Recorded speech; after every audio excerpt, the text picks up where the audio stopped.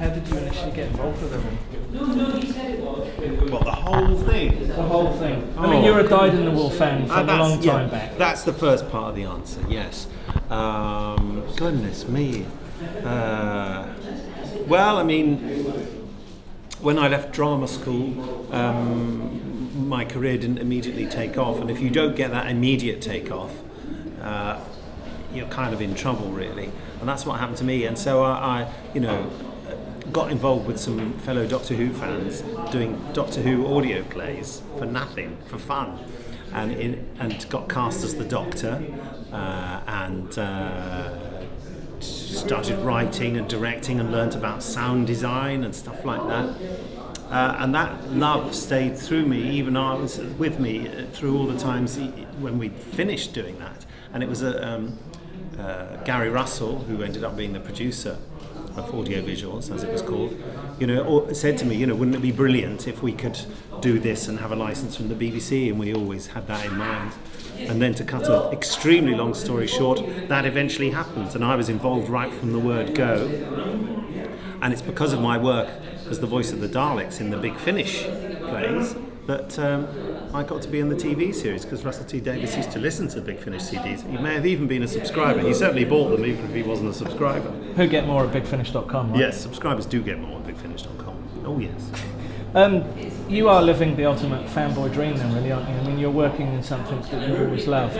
Yes. I mean, I was saying to the guys in the car earlier, to Colin and Sylph, that I feel a little bit like, in Galaxy Quest, there's that guy who's really just a fan of the series and was an extra, and then he starts hanging out with the real people and behaves like he's one of them. That's what I feel like, sitting on a panel in front of the press with 3 Doctor Who's, and there's me, just a fan, going, yes, this is my opinion. And I think, should I be here? And then I suppose I should be, because I ended up getting that job on the TV show, so why not? But you know what I mean? Yeah. I mean, how do you find you have trouble sometimes reining that in? Do you get the excitement when you step up to the set, when you have all the actors in the studios recording the plays? I get moments of it. I mean, the thing is, because my role as executive producer is, as well as I try to make it as creative as possible. There's a good deal of organisational stuff involved in it. So, I'm thinking of schedules, I'm worrying about contracts, all that kind of grown-up, dull stuff. That dampens your fan gene getting too excited. But I will say there are all sorts of moments where I go, oh yes, this is good. I mean, I just have an instinct for what I think is good Doctor Who, and I'm a great believer in following your instincts if you possibly can. Follow your instincts, and if people like what you produce, then you're doing the right job.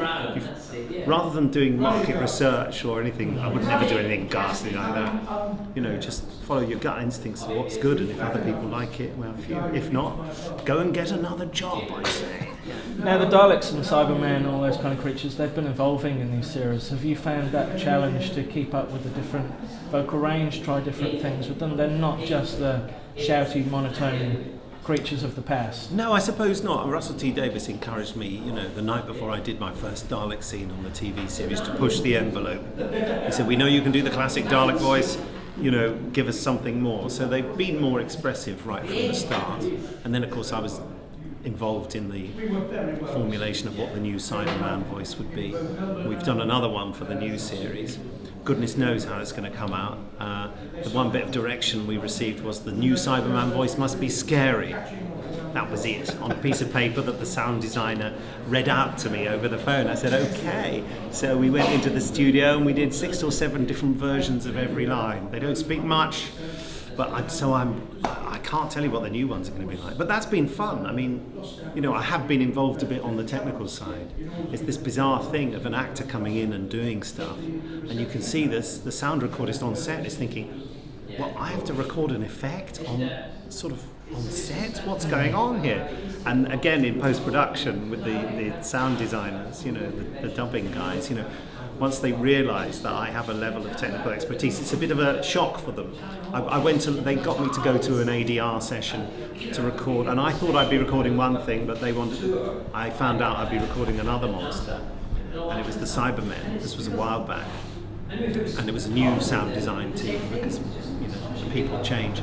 And I said, well, you didn't ask me to bring my ring modulator, and I need that to do the Cyberman. They said, oh, what are we going to do? And I said, well, are you recording on Pro Tools? And they went, yes. I said, well, you've got a software Mooga Fooga ring modulator on that. And they went, no, you haven't. I said, I use Pro Tools. It is on there. And they went, well, and I said, look, there it is. Just put it to this setting. So suddenly there was an actor teaching the people, at a high-end dubbing studio in London how to set something up, which they were a little uncomfortable with to start. And they think, what's he doing, touching my mouse and changing normally things? They just come on, have a hitty fizz and just walk off. Well, yeah, normally actors are a bit like, oh, a microphone, oh, a screen, oh, I don't know what I'm doing.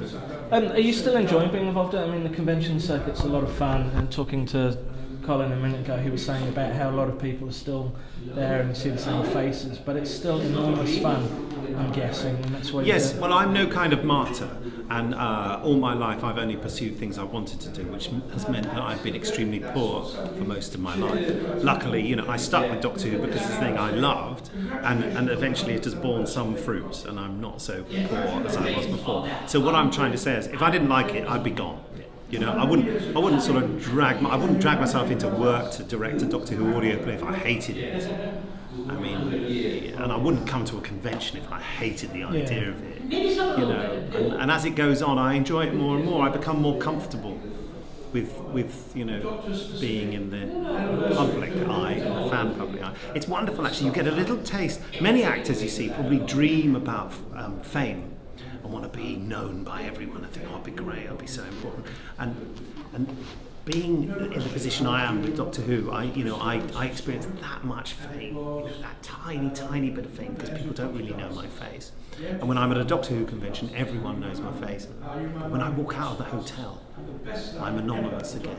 And it's a wonderful escape. And you realise that what would it be like if when I walked out of the hotel, everyone still knew me? It would be intolerable. Do you not have the desire to stand on the street and just shout exterminate and all those kind of things to get people to recognise you? No, it's nice not to be recognised. It's lovely to be recognised within the contained area of a Doctor Who convention. That's nice, and to meet nice people and to chat, and, because Doctor Who fans, they're only rotten to you on the internet.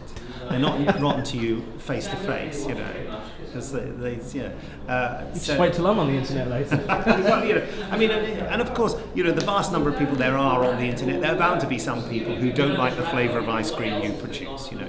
There's a famous fantasy writer, Raymond E. Feist. Do you know him? I don't know. He told me once. He said, he's amazed. His books were massive sellers, and he'd go on signings all around the world. And he said, and people would travel thousands of miles just to come up to him and say, I don't like your books. And he said, what's the point of that? And he said, I can't argue with you. He said it's like ice cream makers. He said, if someone says they don't like strawberry, you can't ever convince them to like strawberry. You just make the best strawberry you can for the people who like the strawberry flavour. And that's what I do. Is it like going on tour? I make ice cream. What am I talking about? This is mental. Is it like going on tour with these guys? I mean, they have great camaraderie, as we saw in the press conference. Well, this is the first time I've done this kind of thing, and I know that Colin and Sylv have great camaraderie, and and also Sylv and Paul know each other pretty well. I think Colin hasn't really worked with Paul much before, but yeah, I think they're all getting on beautifully. And I've never done this before, a series of conventions, all within a couple of weeks. Or less than a couple of weeks, and we're all getting on fine. I think they're a real laugh to be around. I'm enjoying it.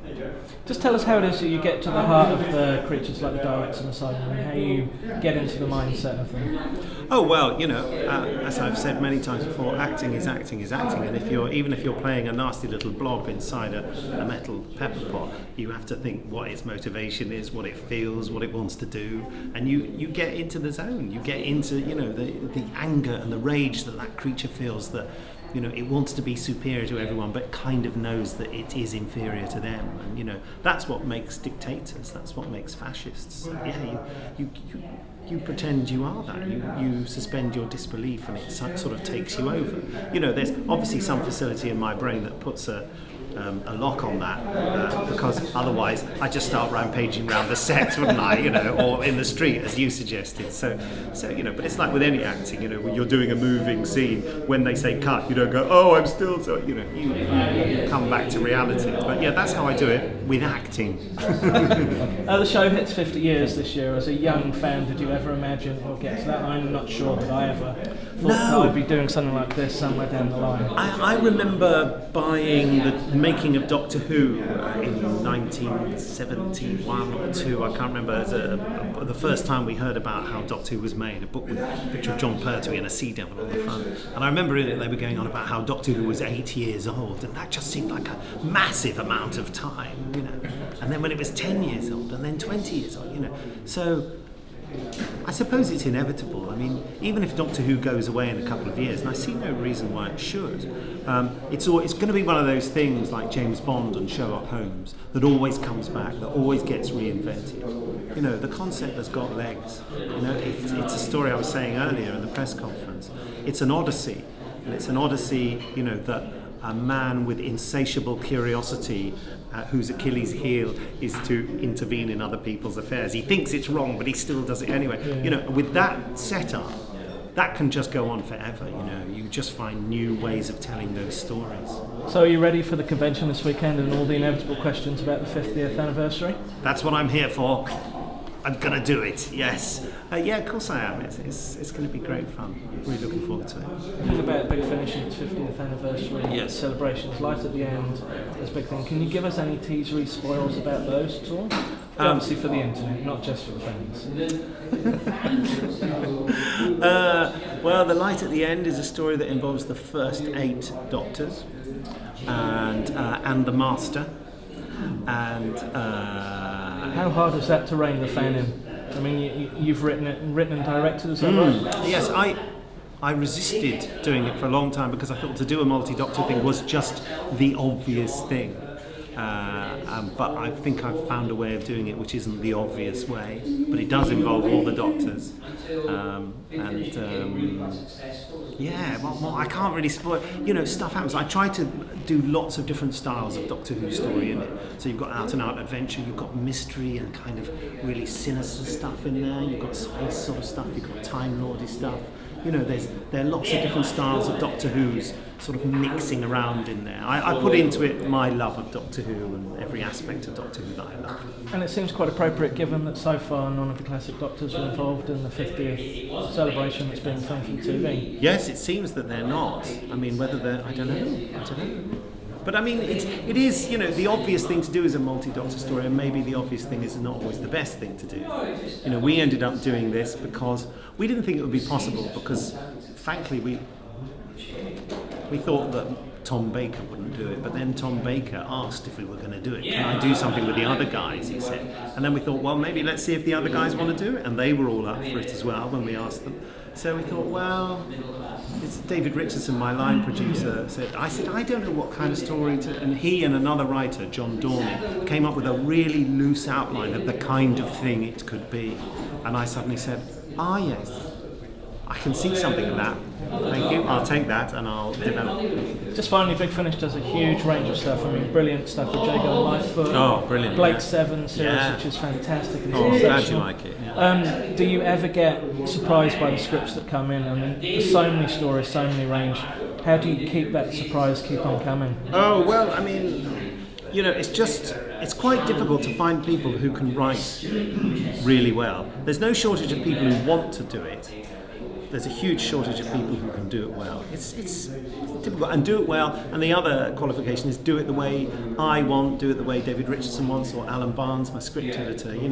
So, and I'm sort of humbled by the amazing abilities of some of our great writers like Matt Fitton, John Dorney, and Eddie Robson.